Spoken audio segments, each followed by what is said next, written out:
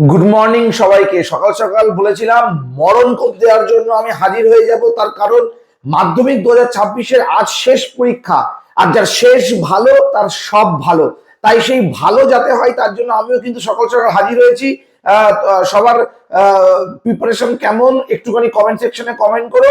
শেষ মুহূর্তের 2 নাম্বার এবং 5 নাম্বারের কোন কোন প্রশ্নগুলো দেখে যাবে একটুখানি দেখে নাও। মাত্র কয়েকটা কোয়েশ্চেন, তার মধ্য দিয়ে কমন চলে আসবে, তার কারণ আমরা এখন তোমাদেরকে যেটা দিতে চলেছি তার সেটা মাধ্যমিকের অ্যাপ্রুভাল কোয়েশ্চেন, অর্থাৎ এই প্রশ্নগুলো আসার চান্স রয়েছে প্রবল। তো চলো, প্রশ্নের মান 2। প্রথমে তোমরা কোনগুলো দেখে যাচ্ছ লাস্ট দেখে যাও। এটা হচ্ছে কিন্তু মরণ কোপ, অর্থাৎ শেষ লেভেলের কোয়েশ্চেন। মাছের গমনে বক্ষ পাখনা এবং শ্রোণী পাখনার গুরুত্ব। 2 নম্বর কোয়েশ্চেন, গমনের একটি চালিকা শক্তি হলো প্রজননিক কাজের জন্য একত্রিত হওয়া। দুটি উদাহরণের সাহায্যে যথার্থতা প্রমাণ করো। 3 নম্বর, পাখির গমনে উড্ডয়ন পেশির ভূমিকা। 4 নম্বর কোয়েশ্চেন তোমাদের জন্য রেখেছি হাইলাইটেড কোয়েশ্চেন, মাছের গমনে মাইটন পেশির ভূমিকা। 5 নম্বর কোয়েশ্চেন, টেস্টোস্টেরন হরমোনের কাজ। প্রথম চ্যাপ্টার শেষ। দ্বিতীয় চ্যাপ্টার, ক্রোমোজোমের রাসায়নিক উপাদানের ছক। ডিএনএ আরএনএ এর পার্থক্য।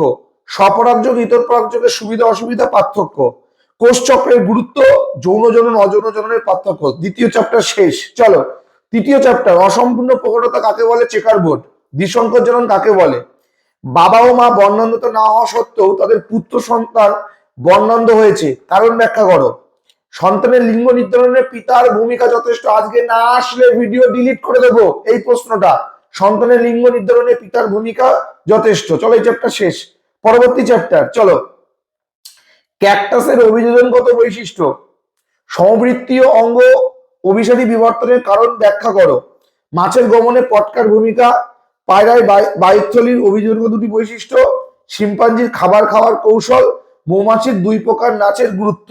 ঠিক আছে, এছাড়াও তোমরা যে সমস্ত আর টুকটাক কোয়েশ্চেন থাকে, ইউট্রিফিকেশন, বায়ু দূষণ, বায়ু দূষণের কারণ, ঠিক আছে, জেএফএম এর গুরুত্ব, ইনসিটু সংরক্ষণ, এক্সিটু সংরক্ষণ, ক্রায়ো সংরক্ষণ, জাস্ট এগুলো দেখে যাবে। 2 নম্বরে আর কিছু না দেখলেও চলবে। তো শেষ মুহূর্তে আর তো সময় পাবে না। 5 নম্বরের আমি এখন তোমাদের 9টা কোয়েশ্চেন বলছি, 9টা কোয়েশ্চেন অবশ্যই দেখে যাবে। প্রতিবর্ত চাপের চিত্র অঙ্কন, বিভিন্ন অংশ চিহ্নিত করো। একটি স্নায়ু কোষের পরিচ্ছন্ন চিত্র অঙ্কন করে বিভিন্ন অংশ চিহ্নিত করো। আচ্ছা, 3 নম্বর প্রশ্ন রেখেছি, ফানের জীবনচক্র রেখাচিত্রের সাহায্যে দেখাও। আচ্ছা, 4 নম্বর, গিনিপিকের দ্বিসংকর জননের চেকার বোর্ড। 5 নম্বর কোয়েশ্চেন, থ্যালাসেমিয়ায় আক্রান্ত কোনো শিশুদের কি কি লক্ষণ দেখা যায় এবং জেনেটিক কাউন্সিলিং এ কি পরামর্শ দেওয়া যেতে পারে। 6 নম্বর কোয়েশ্চেন, ঘোড়ার বিবর্তনের মূল বৈশিষ্ট্যগুলি লেখো। ইকুয়াসের দাঁত ও দেহের বৈশিষ্ট্য কি আছে সেটা লিখতে হবে। 7 নম্বর কোয়েশ্চেন, নাইট্রোজেন চক্রের ধাপ এবছর এসে গেছে মাধ্যমিকে। নাইট্রোজেন চক্রের ধাপ সমূহ একটি পর্যায়চিত্রের সাহায্যে দেখাও। 8 নম্বর কোয়েশ্চেন রেখেছি সুন্দরবনের পরিবেশগত সমস্যার কারণ। 9 নম্বর কোয়েশ্চেন রেখেছি জীববৈচিত্র্য হ্রাসের কারণ। শেষ মুহূর্তে দাঁড়িয়ে 2 মার্কস এবং 5 মার্কসের এই কটা কোয়েশ্চেন চোখ বুলিয়ে যাও। পরীক্ষা দিয়ে এসে কমেন্ট সেকশনে কমেন্ট করে তোমাদের জীবন বিজ্ঞান পরীক্ষা কেমন হলো। আর ভৌত বিজ্ঞানের মতো কিন্তু জীবন বিজ্ঞানে আগুন লাগিয়ে দিয়ে আসতে হবে, এইটুকু আমরা আশা রাখবো তোমাদের কাছ থেকে। তোমাদের ভালো ফিডব্যাকের আশা রেখে জাস্ট অল্প একটু ছোট্ট ভিডিও শেষ করলাম। আর শেষ পরীক্ষা ভালো করে দেবে, মন দিয়ে দেবে, ভাববে যার শেষ ভালো তার সব ভালো। এত টেনশন করবে না, লাস্ট পরীক্ষায় 90 আউট অফ 90 তুলে বাড়িতে আসবে, এইটুকু আশা রাখবো পিডি স্টাডি সেন্টারের পক্ষ থেকে। প্রশংসার শেষ পর্যন্ত লড়ে গেল তোমাদের জন্য। আর ময়দান থেকে কিন্তু আমি এত সহজে বেরিয়ে যাইনি, তাই শেষ দিনও কিন্তু তোমাদের পাশে এসে দাঁড়িয়েছি। তোমাদের কতটা সাহায্য করতে পেরেছি সেটা তোমরা কমেন্ট সেকশনে অবশ্যই কমেন্ট করো। ভালো থেকো সবাই, টেক কেয়ার। আর পরীক্ষার পরে সবার সাথে তো কথা হবেই।